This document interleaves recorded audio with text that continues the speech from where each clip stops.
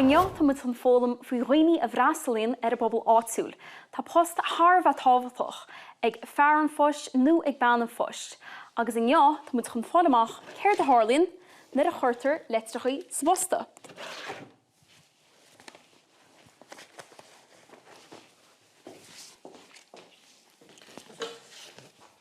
Nis, tá leor scoil amsa anseo, agus nar a chuiranta sa litir sa bosta. Téann se go leor ionad Phoist. Inis tá chead a chin thart simple tíre. Ceann I mala álún, ceann eile im lá clia, ceann na bord léise agus an sin tá ceann eile a ggurcha. Aber inis má tá sa chonaí I ngáile, agus chuiranta sa litir sa bosta agus sa dúgar cheola go dtí an chear rua. Téann an litir ar thoras.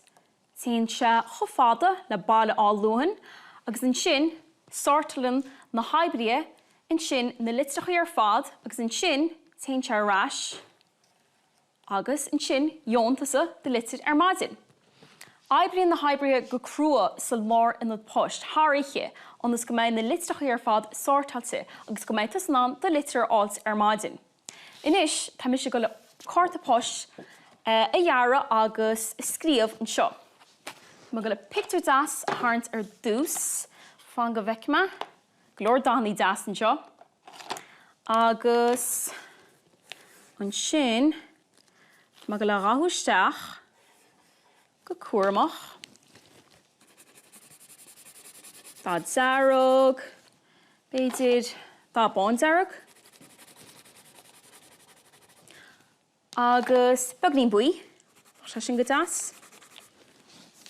Nis, sin mo chárta Phoist, agus má go le písbog scríomh nis agus a cheola ag mo chara siobhan. Nis cá man seola is scríomh ar dús agus an tanim. Siobhan ní hé. An sach mór. Cá man din na cín sa freisin go teag das ngéta. Condé Gil Dara. Nis, má síos an stampa go das ngéta, tíreach mar sin, agus an sin tá má go le písabag a scríomh an seo. Measta go a scríomhas me. A chara. Adi muimhu.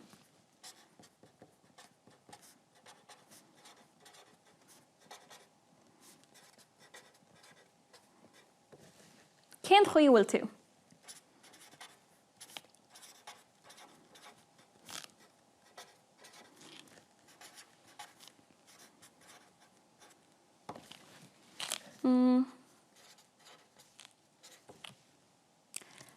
Legrá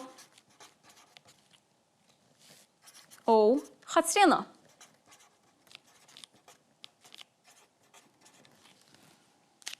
Nis, sin mo chárta Phoist, tá sé ré le gol sa bosta.